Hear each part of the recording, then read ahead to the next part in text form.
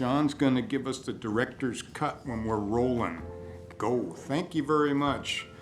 All right, well, welcome to the Brainerd HRA Commissioners Meeting, Wednesday, March 26, 2025. We will start. The roll call has gone around, so we're ready for that. And so at this point in time, I would look for a motion to approve the agenda for the board meeting. So move, Yeager. Is there a second? I'll second Procoda. Motion second, any discussion? Hearing none, all those in favor signify by saying aye. Aye. Aye, all opposed, same sign. We're on to number 5, unfinished business. We're requesting conveyance, outlot ENF and Brainerd Oaks to Crow Wing County HRA. So this would be Mr. Schomer. John. Thank you, Chair Duvall and members of the board. That memo is up on the screen. As you can see, you're on page 7 if you're following along in the packet. The board previously had approved authorizing up to $100,000 to get the development of Outlot F completed. And we're finally at the stage in the process where the attorneys drafted the documents, being a grant agreement on how those funds will be administered, in addition to the quick claim deed and the last steps for that. So with the request today, we're asking you to approve the resolution that would allow these lots to be transferred over to Crow Wing County HRA, and then they will take the following steps, amending the PDA, holding a public hearing to actually get those in the hands of the developer for further development. So last steps we have to make that happen. And so this resolution will also include the allotment of funds, 100,000, correct? So The board has already approved that at the February 24 meeting, so we already have that passed by the board. This is just the agreement to administer those funds that the board has already approved. thank you, John. Questions of staff? Hearing none, looking for a motion to approve Resolution 2025-01, conveying outlots ENF to the Crow Wing County HRA along with grant agreements and property transfers. Mr. Chair, I'll make that motion. I'm excited to be at this stage in this process with this one, so. Exactly. Thank you. Is there a second to that motion? I'll second Devlock. Okay, DeBlock, any other questions or comments on this otherwise? Director, Eric, can you call the roll for me, please? Yes, I can. Yeager. Yes. Vercoda. Yes. Decker. Yes. Deblock. Yes. Erickson. Yes. Duval. Yes, so that resolution passes. Thank you very much. And now we're on to item 5B, review of strategic goals. Eric. Yes, Mr. Chair. As you can see, my memo on page 27 up on the screen as well. We've updated the status of the goals that we have been working on for the first quarter. This will be end of first quarter, end of the month, which is wild. We try to get this back in front of you every 3 months, try to have staff update the kind of in-process portion of those goals, the status bar for what we have been trying to work through really in this next 2-year cycle that we approved back at the end of last year. So we've kind of gone through there, things that we have touched. We've put updates in, things that we are still yet to move forward with. We don't have any updates on those yet. Just trying to work through these. If anybody has any questions on anything specific, be happy to chat about that. But we are actually, staff is pretty excited about some of the initiatives that we've got in here and thinking that we can get some movement here in 25. Thank you, Eric. Any questions for the director on the strategic goals? And yes. Yeah, just real quickly, just to make sure, is this something we're going to touch on in every single meeting? Is that how we see this happening, every single meeting? And then I was wondering about just kind of a status bar. I mean, I see our status on the right where you can read through it or whatever, but I was just, what are we going to do with this now that we got it? What's our intent here? So typically, as we did in the last 2-year cycle, we did bring this forward quarterly. And to kind of review that, happy to do it monthly if that's something that the board wishes to do. As far as, that status is really how we're trying to state what we've been working on. We could certainly add another column if there's another input that you'd like to see. But that's kind of how we envision that going forward. Okay, that's all. I think I'm okay with the quarterly if everyone else is, but yeah. Other comments? Yeah, I think we're seeing actionable items come to us anyway. So quarterly sounds fine. I think if there's anything big in between, we can discuss it. I will touch on that. Or notable change, I Notable, guess, in yeah. status, yeah. Yep. All right, so with that, thank you for that update, and we're moving on to the fund balance review, and that will be Karen. Thank you, Karen. All right, thank you. My memo is up on the screen and it's page 33 of the packet if you are following along. So we bring this action to the board annually, and it's the review of the committed and assigned fund balance. So the intent of our fund balance policy is to define the classifications of fund balance based on constraints placed on the current fund balance.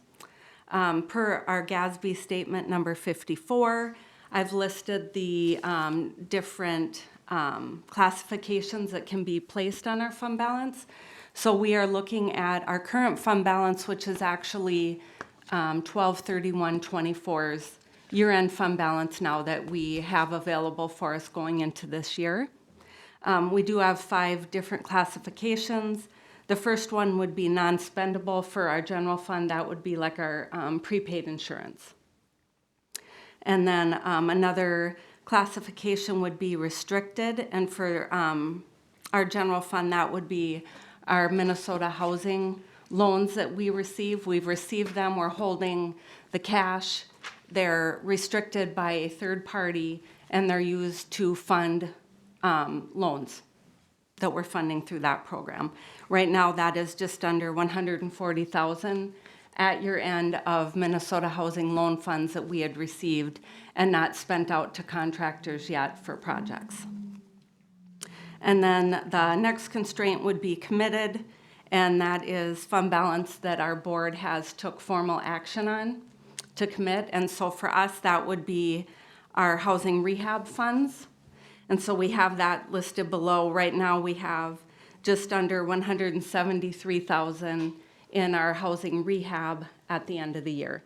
And so those funds those dollars stay in that fund, that program to fund rehab initiatives, pay wages, operating expenses out of those funds. Assigned is a designation that the board has taken or could be staff. Your executive director or finance director per policy could assign funds as well.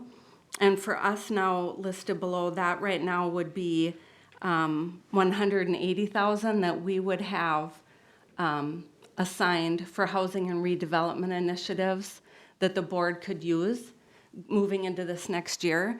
We have taken action, the board has taken action for $100,000 of that to be used for our Outlot F project. But at year end, again, we'd have it listed in our financials at $180,000 available to the board for initiatives. And then with that said, that would leave 8 months of fund balance not designated for any purpose. And per our policy, the board has said to establish 8 to 10 months. So what we had discussed with the board was leaving that 8 months and then putting anything over that really we could have the board use for initiatives. So then we just go into it asking for a motion to approve these amounts. And this is how our financials will be reflected in the audit. Thank you, Karen. Questions for staff? Mr. Chair, please. Yes, Mr. Yeager, I please. just want to make sure I understand this correctly. So we have 180,000 in our assigned funds, but 100,000 of that we already gave away. Can I just, where's the other 80 currently assigned to? I should know this probably, but. And I can speak to that if Okay. I could. Yeah, so right now we have it set aside for the board at the end of the year. That's sitting in our fund balance, and that's funds now that the board has said that 180,000 we can use moving forward for housing and redevelopment initiatives. At the end of the year, Okay. we haven't spent the 100,000 yet. So the word assigned really doesn't mean like we've tagged it to a certain project. We've tagged it to a certain folder to keep in more projects. Totally get it. That's right. And we talked about this a little bit when we made the when we had the discussion previously to go from 10 months to 8 months of fund balance. Is there an incentive now that we're looking at this and looking at 2025 with maybe a few months behind us, are we still doing the right thing by being at the 8 months, or is there an advantage in getting some money back into more towards the 10-month balance in unassigned? I think from a staff perspective, I'm not sure I understand that. Sure. I think from a staff perspective, we feel comfortable at 8 months. Okay. Obviously, that's why we've got that wiggle room from 8 to 10 months in our policy. Anything above that, really, we should be looking at doing something with those funds, right? And that's why we are trying to lay out, hey, we've got, as of year end 2024, 180,000 that we need to use for program related expenses for projects, and comfortability wise, we're good at 8 months. We could at any point choose to go back up to 10 as long as we've got those dollars. But I think from this board and what we've heard from this group here, we want to do some projects with those funds. Understood, yeah. Because does the unassigned roll over if we don't use it, or does it not? Okay, it does. Okay, that's all, Mr. Chair. Thank you. Thank you. Any other questions of staff? Karen, just quick question. Back in February, we were informed that Bridges programs kind of plugged us in with funding, so we're showing a negative balance because of February. Are we currently at a zero or positive? Or? This year, the reimbursement from the state has been coming a month late. Okay. So we're just a month behind. What we see in our February financials was reimbursement for January's HAP that we paid out. So our staff is getting the requisition in timely. The state is processing them, delayed, so we're receiving our reimbursement a month late. So in that, the checks in the mail and that account is generally whole. We're not subsidizing that any at this point, correct? It's a timing difference. Yeah. So monthly, we're just being reimbursed a month later. Okay. Thank you. Yep. All right, any other questions? Otherwise, looking for a motion to approve the determination of committed and unassigned balances. I'll make that motion. Thank you. Vercoda, second. Erickson seconds. Erickson, second. Any discussion? Hearing none, all those in favor signify by saying aye. Aye. Aye. All opposed, same sign. That is approved. We are moving on to approve our activities from February 26th. We were went to closed session, if I'm on the right spot here. It's 35 of your board packet. I'm way ahead of you. So we went into closed session to perform the annual performance review of our executive director. And by statute, after we've done our work there, we are obligated to report back out on findings and outcomes there. So this activity, or this agenda item, is to report out that at the February 26th meeting during closed session, we performed the performance review for Executive Director Charpentier. At that time, we found his performance to be well above average and quite frankly exceptional. And then we also discussed annual priorities and goals for the 2025 performance year. And in general, what we concluded there is that, following along the strategic agenda that we were just reviewed, but also with a strong emphasis on the recruiting, retention, development of staff, I think were sort of those high priorities we communicated back. So that is the summary of what that closed session concluded. And so at this point, I'm just looking for a motion to accept the summary of the Executive Director's performance review. I'll make that motion, Mr. Chair. Thank you. And is there a second? I'll second. Go to second. Any discussion? I would just like to say excellent work, Eric. Thank you. Here, here. And staff, sorry. Yeah. And staff, yes. All right. Staff is making it look good. Yep. Correct. Exactly. So with that then, all those in favor signify by saying aye. Aye. Aye. All opposed, same sign. That motion carries. Thank you. And again, appreciations to overall staff and organization. So with that, we're on to new business. Shared services agreement between Brainerd HRA and the Crosby HRA. Eric? Yes, thank you, Mr. Chair. Memo is on page 39 of your packet, up on the screens as well. We had pushed this off last month, just had some clerical cleanup on the agreement that we wanted to do. Basically, this goes back to 2013 when we took over operational, just operational duties for the Crosby HRA. We've got this shared services agreement, very similar to what we do with the Crow Wing County HRA as well. We try to, update and right-size that shared service agreement as we need to, and typically now we're going to see this in front of you because we will have hopefully have management agreement updates for the funding that we're going to be getting yearly from both Crow Wing County and Crosby. We did update some language surrounding the time extended on behalf of the Crosby agency by the Brainerd staff. That is the clerical point on page number 41. Item number 4, we just cleaned that up to be more reflective of how we were operating with our staff at the Brainerd HRA for and on behalf of Crosby. When this agreement was created, we were putting in a lot more time as a Brainerd staff because they were losing their executive director. Crosby does have their own staff on site, and as we've been in this for 10 plus years now, we've been able to pull back some of the timing that we have invested in it.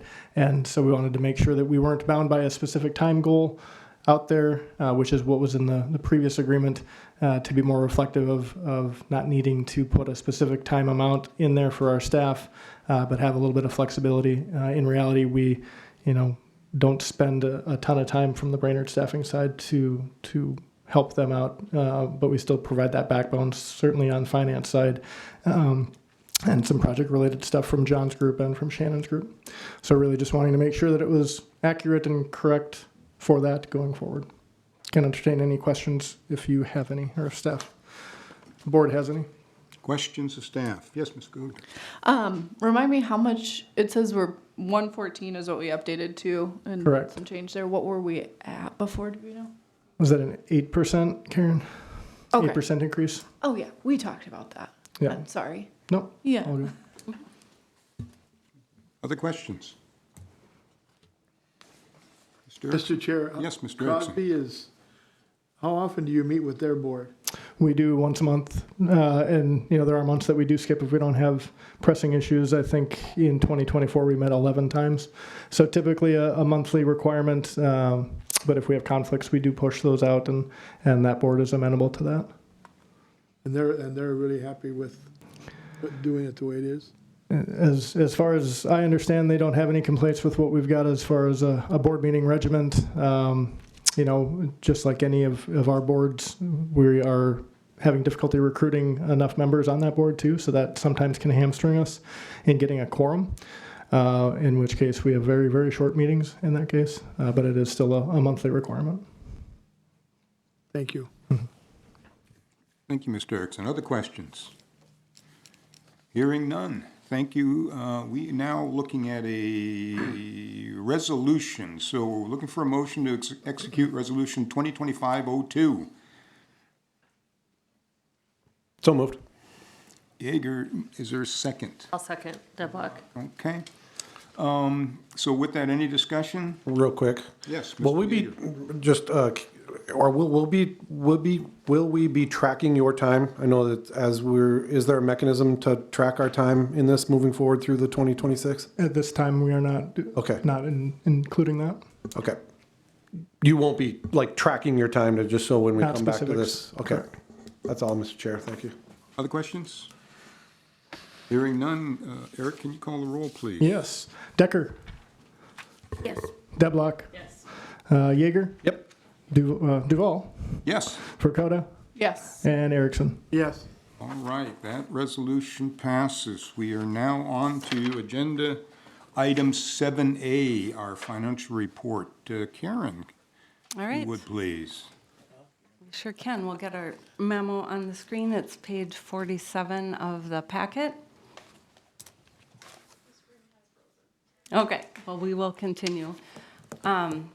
Yeah, so we're giving the financial information for February and also providing an update on our various audits. For our Brainerd HRA audit, we have received the draft from Clifton Larson Allen. We're in the process of reviewing that. It was clean, there were no findings or misstatements, and we will have Mary at our May meeting, I believe, May. to do the exit meeting Okay, with the board. thank you. Yep.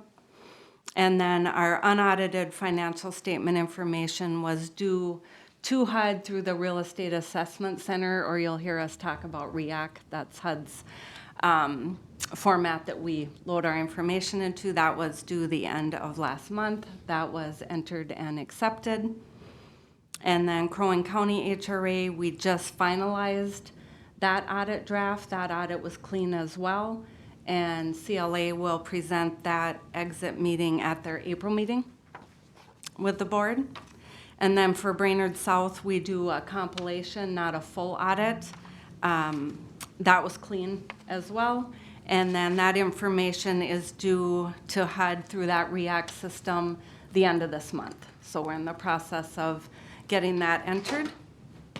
So I would say a successful audit season again. Again, it's a reflection of everything that staff have done throughout the entire year, and just always pleased when it comes back clean, and just a testament to what staff do throughout the year. Amen. Yeah. Are there any questions at all that I can answer? In a strong, yeah, it's a very, very strong endorsement of the work that you folks in the finance part are Yeah. doing, as well as every other staff Yeah. that's reporting into that system. So Exactly, yeah. Thank you very much for that.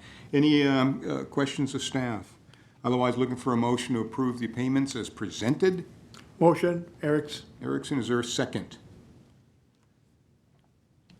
Second, DeBlock. Thank you. It was Keep turning it quick to off. go to the buzzer here. Any discussion? Hearing none, all those in favor signify by saying aye. Aye. All opposed, same sign. That is approved. Thank you, Karen. We're going to HCV report. Shannon. Yes, my memo is attachment 8 on page 69. So starting off with the HCV program, through February 28th, which was 16.67% of the year. Our unit months leased was tracking that almost exactly. We were at 16.46. Our HAP utilization was a little bit higher. That was at 18.08%. Quick recap for the month. 6 new vouchers issued, 8 new move-ins, annual recertifications and interims, almost 50 in total, 19 inspections, so the staff have been quite busy in that program. For the Bridges program, 12 participants currently, 10 in Crow Wing, 1 in Aiken, and 1 in Cass. Total Bridges HAP request was just over $9,000. Moving on to family self-sufficiency, as of 2/28, there were 57 active FSS participants. Total amount of escrow for the month was $14,016, excuse me. There were 2 escrow payments that happened in February, one for just over $5,000 and one for just over $1,000. If anyone has any questions specifically about the stats, I can certainly dig in a little deeper on that. They are on the next page. Everything is looking pretty typical, though, for this time of year. Thank you, Shannon. Questions for Shannon on the HCV report? Hearing none, back to you, Shannon, the housing management report. So let's move on to attachment 9 on page 71. Our vacancy report is attached. That is actually 73 is where the good stats all start. You will notice that we did have 3 vacant units at the end of the month. Kathy was very much struggling to get people through the screening process. We had a number of people that at the end of it had undisclosed evictions, undisclosed criminal charges, just reasons that they were not, they could not participate, couldn't go all the way through to moving in. we did screen. If you look down a little bit further below, it says the number of people that she notified. So if you see, she actually notified 16 people for our 1-bedrooms. And so we did have some move-ins, but we did end up with 3 vacant. Just below that, on page 73, we have moved in all of those units now. So they are filled now, but on 2/28, which is the snapshot point in time, they were not. And so we had to report on that. Valley View's at 100% though, so we're excited about that. That one is filled. And the Ross program update, this might look a little lighter in the next couple of months because our Ross coordinator is on maternity leave. So if you notice a different tone on our Facebook, it's because it's me and not her. Sorry.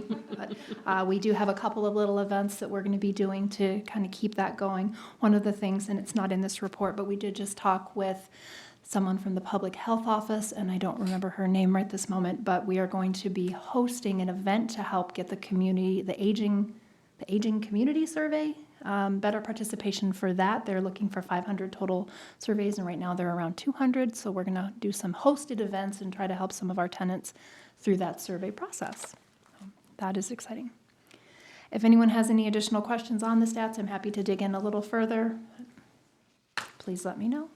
I do have a Thank you, question. Shannon. Questions for Yeah, Shannon? sorry, I do have a question. When you said you got to kind of the end and there were undisclosed things, how are you finding that if they're not disclosing it themselves? So when we initially accept an application, we ask the questions, do you have any charges? What are your charges? Do you have any evictions? And then we use the MCRO website to do just a very preliminary background check on them. The limitation of that is that is Minnesota specific. Yep. So once we actually notify the person and they begin the screening process, then we actually do landlord references. And so we have a company that actually calls out. They do a much more in-depth background check, including other states. And so sometimes old charges that someone might have forgotten about or Convenient.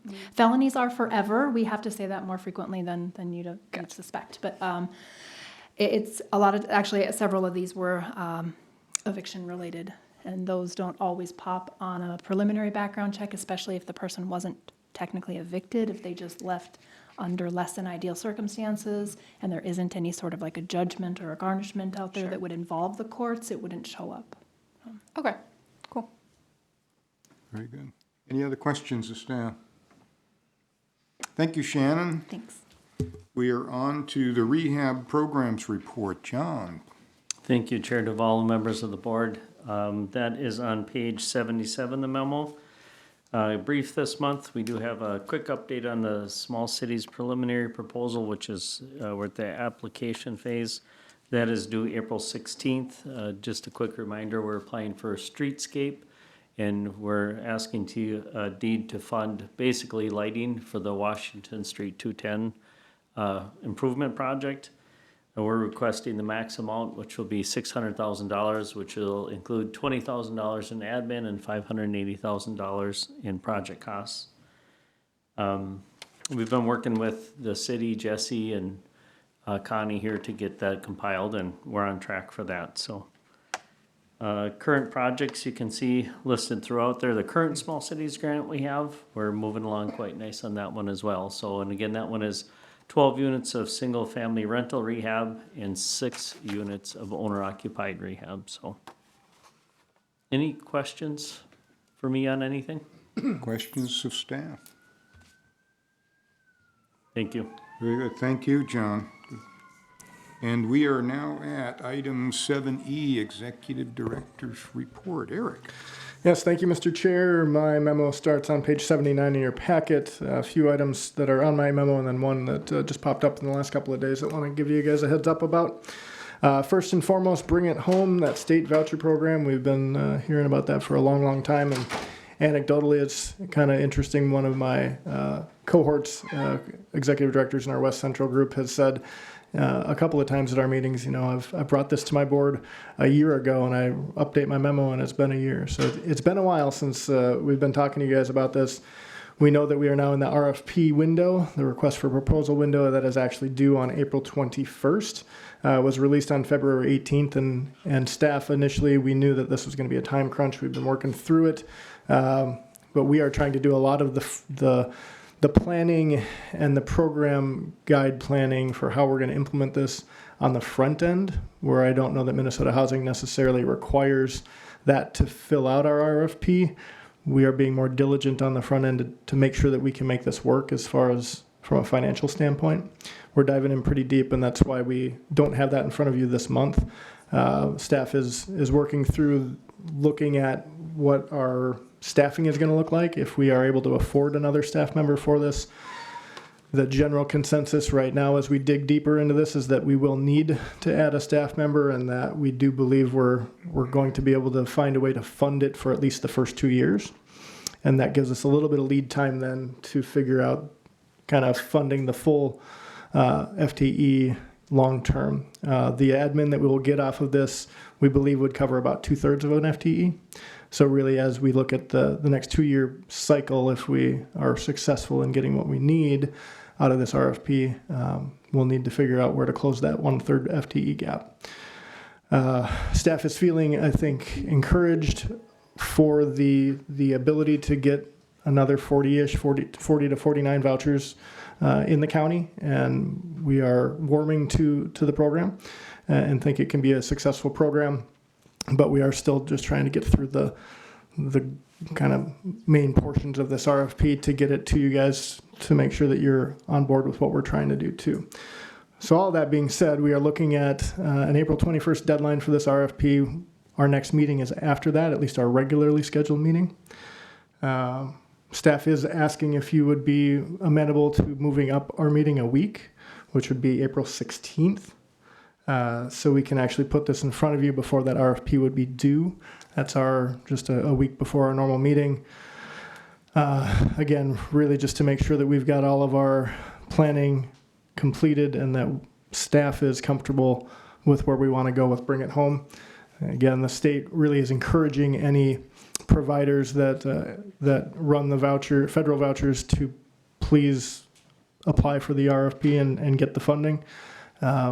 But again, I think we are doing a deeper dive than what a lot of my counterparts are doing to get our program up and running, at least in theory, to make sure that we can pay for this thing going forward. Would happily welcome any feedback, any questions on the Bring It Home program, but that's why we don't have it in front of you yet, because in all honesty, it's taken us a year of talking about this, but then the last probably 5 weeks of us really being able to dig in since that RFP has been released to say, is this viable and how can we get on board with this? And we're getting there. We really are. And we think the smart thing is to make sure that we do have those vouchers and we are controlling them in Crow Wing County at this point. Mr. Chair, any questions if anyone has any? Questions of staff?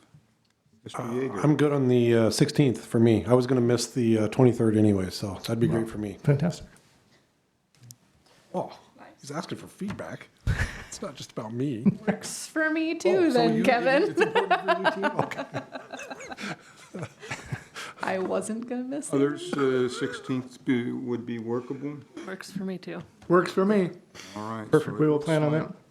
Looks like the date piece then is in place. And again, the vouchers would be Brainerd vouchers or spread with the county or? So it would be throughout the county because that's how our federal program works. We are the provider for Crow Wing County, even though it's a Brainerd HRA voucher. On the federal side, it is countywide. Thank you. Yeah. Alrighty, so I think at this point where you get the guidance you need on rescheduling our Yep. a We week will. earlier for our meeting next month. We will on do the that. 16th. Yeah, we appreciate that. Next on my memo, just a quick update. I know part of my internal goals is to make sure that we're out there a little bit more in our service organizations and in front of our local units of government, making some headway at least on our service organizations. I've been able to meet with the Brainerd Noon Rotary Group, did that in February, as well as with the Kiwanis Club in February. Scheduled to give a presentation to the Morning Rotary Group at the beginning of April. Again, opportunities to talk about our local service or talk with our service organizations. It's important to keep our community informed about who we are and what we do, some of the great work that our staff is doing in the housing side of things, and just trying to be more intentional about getting our organizations and municipalities on board with hearing what we're doing. So working on that. We'll certainly be working on getting in front of the Brainerd City Council and getting an update on what we've been doing for the city, and just again trying to be more intentional with that. Lastly, on my printed memo, housing development financing professional training. Talked a little bit about this last year. At the end of last year, I was trying to get into this training. It was waitlisted. Wasn't able to get into it. This is the first class for the Housing Development Finance Professional, or HDFP, certification program through Grow America. Used to be formerly known as NDC, National Development, Training.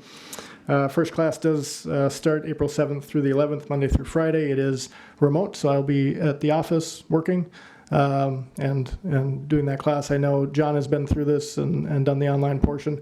It is very likely that I won't be able to do a whole lot else that week. The classes are about half days, but then there's a lot of coursework and then a final exam. So happy to be able to get started on this. As one of 3 week-long classes that I'll be trying to get through, hopefully within the next year, but certainly within the next 18 months to try to get that professional certification on that. And looking forward to it. It'll be hard work, but happy that we can do it and fit it in there. Lastly, I know, kind of going back to our strategic goals and certainly to the points that you guys have heard us talk and been very supportive of on kind of retention of staff. I do have an update on one of our staff members that will be leaving us, so we are certainly sorry to hear that, but we are diligently working to plan to get that spot filled and work within budgetary constraints that we do have that. Unfortunately, Shannon will be leaving us we don't know quite when, but she's committed to helping us in the transition, and we're certainly going to miss her. She's done a lot of great work for us since 2017 when she got hired on. Actually, it was April of 2017, so coming up on that work anniversary as well. Again, from a department head standpoint, we are working to make sure we get all of our gaps filled, and then revamping kind of job descriptions, making sure they're relevant. We are ready to kind of move that forward, but that's been a development that's come in just in the last couple of days. So wanted to keep the board abreast of that situation. We will work within our budgetary constraints, and we've got a plan going forward that I think we're ready to jump on. And I would take any comments after that, Mr. Duvall. Well, that was a mic drop there, I'll tell you. I know. I was pretty excited the whole meeting until then. Questions of the director? All right, well, thank you, Eric, on those points. At this point in time, we're at agenda item 8, that's commissioner comments, and maybe, Ms. Verkota, can I start with you? You sure can. I was in attendance at the Rotary meeting for Eric's presentation. It was lovely, as always. As always, lovely. That's it. And sad loss today, but good for you. So. Thank you. Mr. Yeager. Thank you. I just have 3 things, but they'll go fast. First is I did notice some cleanup at the 805. The sidewalks got cleaned up. I appreciate that, Eric, if you reached out to them, and I'd like to thank 805 for doing that and continue to keep that site looking good for us this summer. Also, second point here, I sit on a couple different commissions, and I do a lot of work in the city, and in many cases I feel like there's just a little bit of a disconnect with the understanding the importance of workforce housing within our city limits, okay? So I know how hard we work here just to get 1 house or 2 houses or 3 houses, but I think it's also important that you guys understand that there are some time ago, the Planning Commission passed some ordinance which makes it much more difficult for single-family dwellings to be torn down and not replaced. We are beginning to see that some applicants are kind of navigating a way around that, which is kind of counter to the work that we do here. I'm not suggesting that the applications are not good applications, or that their appetite for future growth is not warranted or a good thing.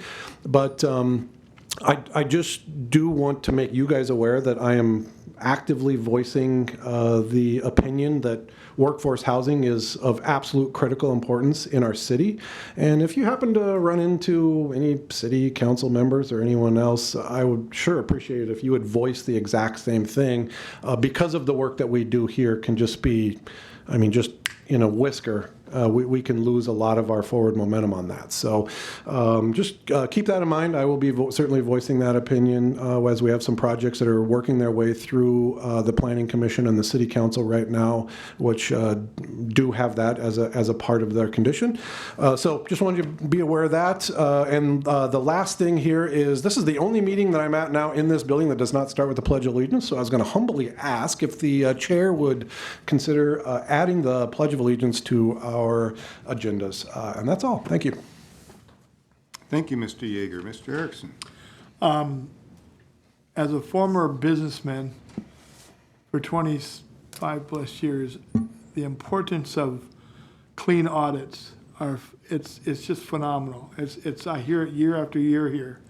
And I just want to thank the staff and Eric, and you guys do a phenomenal job of making sure every month is, I just want to say thank you. It makes a board pretty easy to navigate or to be part of this organization. Thank you for your due diligence in that area. Thank you so much. It's exciting to hear. That's all. Thank you, Mr. Erickson. Mr. Block? Yeah, a couple things. So aside from sitting on this board, Shannon, your name has come up in my other jobs too. Working for the county and legal aid, never anything but good things, respectful. So you'll be missed here. And Kevin, like you, I do other things in the community too. Brainerd Community Actions Community Empowerment Fund applications are open through the 31st. So if anybody knows of any organizations or groups that might be applicable to funding for an event or any kind of community empowerment, check that out. So open through Monday. Excellent, thank you. Ms. Decker? No comment. All right, thank you. And certainly want to share the well wishes, Shannon, to what's ahead for you, and thank you for your service here, and thank you for your commitment to a transition to bring in someone to fill very large shoes that you already are filling there. Thank you for that. So with that, next meeting we have determined is April 16th of 2025, and with that, I'm looking for a motion to adjourn. Wow, I'll make a motion. there you go. Second. Any discussion? Hearing none, all those in favor signify by saying aye. Aye. Aye. All opposed, we are adjourned. Thank you very much, everybody. Is that community thing?